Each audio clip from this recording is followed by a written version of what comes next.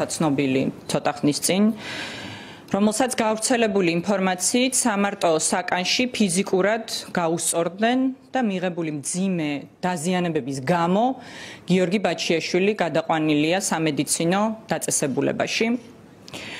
უპირველეს ყოვლისა, რა თქმა უნდა, გიორგი ბაჩიაშვილს მინდა გამოვუცხადო ჩვენი სახელით, პარტიის სახელით უპირობო სოლიდარობა, ის არის ბიძინა ივანიშვილის პოლიტიკური ტყვე და ბრალს იხდის მხოლოდ და მხოლოდ იმიტომ, რომ ის წინააღმდეგობაში შევიდა ბიძინა ივანიშვილთან.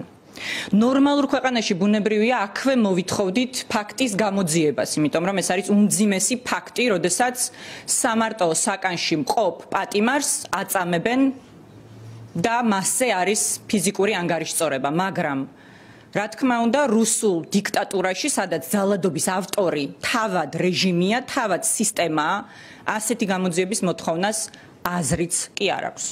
ამიტომ ერთადერთი შეფასება, რასაც გავაკეთებდი, არის ის, რომ ეს უნდა იყოს გაფრთხილება ივანიშვილთან მოთანამშრომლე ნებისმიერ პირთან. იქნება ეს დღევანდელი თანამდებობის პირი, არალეგიტიმური მთავრობის, იქნება ეს მისი პროპაგანდისტი, თუ იქნება ეს ბიზნესმენი, რომელიც დღეს თანამშრომლობს ივანიშვილის რეჟიმთან. კარგად უნდა გაიაზროთ ის, რომ ხვალ და ზეგ გიორგი ბაჩიაშვილის ადგილას შეიძლება თქვენ აღმოჩნდეთ. და ბიძინა ივანიშვილი და ამაზე მეტყველებს ყველა ფაქტი, ყველაზე დაუნდობელი არის სწორედ იმ ადამიანებთან, რომლებიც მასთან ერთდროს თანამშრომლობდნენ. მეორე საკითხი, რაც მოკლედ მინდა შევაჯამო, ეს არის ერთიანი ნაციონალური მოძრაობის ვიზიტი გაერთიანებულ სამეფოში. ჩვენ გუშინ დავბრუნდით ლონდონიდან, სადაც ჰქონდა არაერთი შეხვედრა პარლამენტის წევრებთან ყველა პოლიტიკური პარტიიდან, ისევე როგორც საგარეო საქმეთა სამინისტროში და მინდა გითხრათ, რომ ის განცხადება, რომელიც გავრცელდა 16 ევროკავშირის წევრი სახელმწიფოს და გაერთიანებული სამეფოს სახელით, რა თქმა უნდა, მთავარი აქტორი ამ განცხადების შემუშავებაში სწორედ გაერთიანებული სამეფო იყო.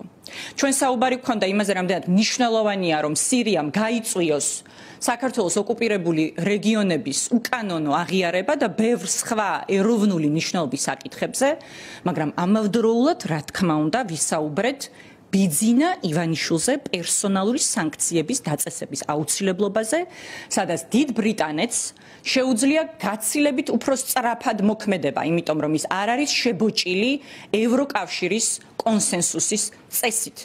ბიძინა ივანიშვილი უნდა ელოდოს მოქმედებას დიდი ბრიტანეთისგან, რაც აღნიშნული იყო მათ შორის იმ განცხადებაში, რომელიც სწორედ იმ დღეს გამოქვეყნდა, როდესაც ჩვენ დიდი ბრიტანეთის საგარეო საქმეთა სამინისტროში ძალიან ხანგრძლივი შეხვედრა გავმართეთ აღნიშნულ საკითხზე. ბოლოს, რა თქმა უნდა, დღევანდელი მოვლენებიდან გამომდინარე, ასევე მოკლედ მინდა გამოვეხმაურო იმ პოლიტიკურ ქორწინებას, რომელიც როგორც ჩანს შედგა გიორგი გახარიას და ლელოს შორის. სამწუხაროდ მინდა აღვნიშნო, რომ ჩემი შეფასებით ეს არ არის თანამშრომლობის პაქტი გიორგი გახარიასა და მამუკა ხაზარაძეს შორის, ეს არის თანამშრომლობის პაქტი ამ ორ პოლიტიკურ ძალასა და ბიძინა ივანიშვილს შორის. დღეს გაფორმდა ეს პაქტი სამწუხაროდ და ჩვენ ყველაფერს უნდა დავარქვათ თავის სახელი. მესმის, რომ სამწუხაროდ ქართულ პოლიტიკაში ფული ბევრ ამას წყვეტს, მაგრამ ის ვერ გადაწყვეტს ჩვენი ქვეყნის ბედს და ეს უნდა გაიაზროს ყველამ ძალიან კარგად. ბოლოს მაინც ჩვენ მოვიგებთ თავისუფლება ყველა პოლიტპატიმარს. დარწმუნებული ვარ, რომ ძალიან მალე ჩვენ შევძლებთ, რომ ის კამპანია, რომელიც უკვე დაწყებულია იმისთვის, რომ რუსული სპეცოპერაცია არ შედგეს და საქართველოს არც ერთმა პატრიოტმა მოქალაქემ მონაწილეობა არ მიიღოს 4 ოქტომბრის სპეცოპერაციაში, იქნება წარმატებული და ჩვენ ერთიანი ძალებით დავიბრუნებთ ჩვენს სამშობლოს.